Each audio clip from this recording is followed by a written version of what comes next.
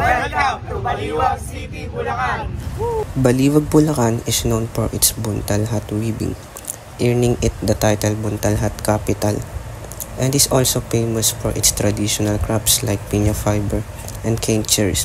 The city is also recognized for its cultural and religious tradition, particularly the Grand Holy Week procession, featuring decorated floats, and for its local delicacies like Kalahi Pastillas de Leche.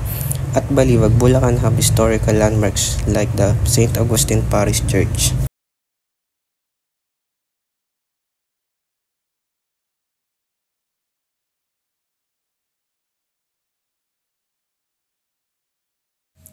Coming here in the Baliwag City, they can give you tourist spot for relaxing experience, tasty treats and cultural landmarks, and opportunities that provide younger generation who wish to have work experience.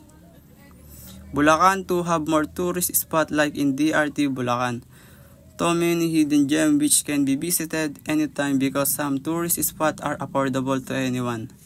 And mostly Bulacan is near in the capital of the Philippines, also known Manila. After that, Bulacan have a world largest indoor arena located in Bukawi, Bulacan.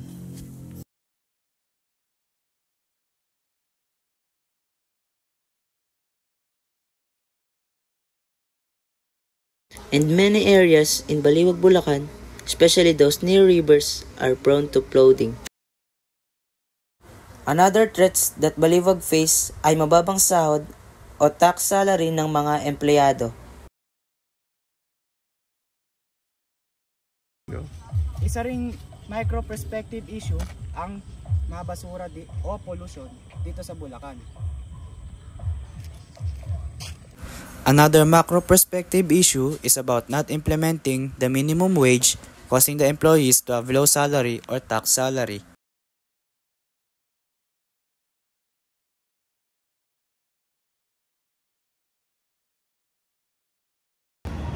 Sa ating panahon ngayon, mataas ang potential ang pag-promote sa online ng mga tourist spots, food stores at parks sa pamamagitan ng pag-vlog o pag-post ng mga pictures ng mga tourist spots sa website.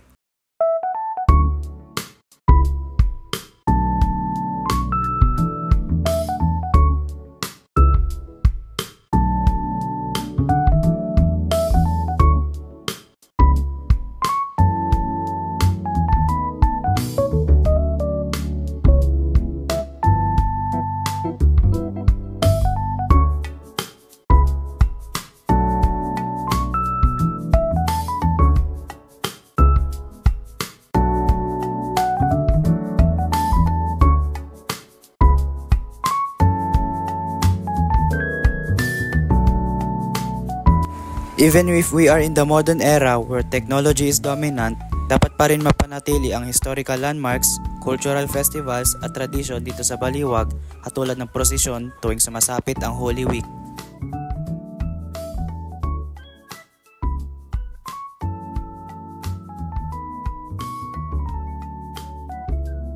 Ang aming strategic plan ay nakatuon sa sustainability, innovation at community participation, katulad ng pag-aayos ng mga kalsada, signage patungo sa tourist attraction, pagpapatupad ng waste segregation program sa mga kalsada resort at park at pagturo sa mga lokal na tamang ecotourism practices, pagtutulungan sa community service and promoting business in Bulacan, pag-vlog ng tourist spot at food park katulad ng Bibingka and Putubongbong stands at marami pang iba, at pagtulong ng LGU sa mga pribadong negosyo para magtagal ang kanilang itatayong negosyo at pagpapatupad ng waste segregation sa bawat sulok ng mga tourist spots.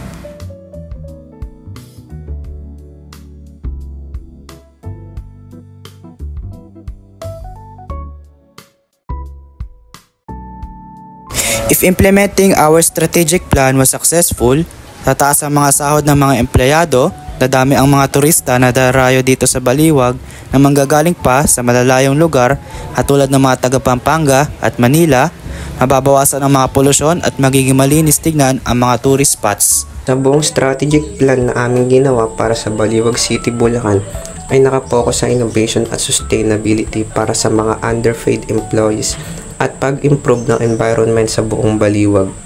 Ang Baliwag City, Bulacan ay kilala sa kanilang historical landmark at sa paggawa ng buntal weaving hat.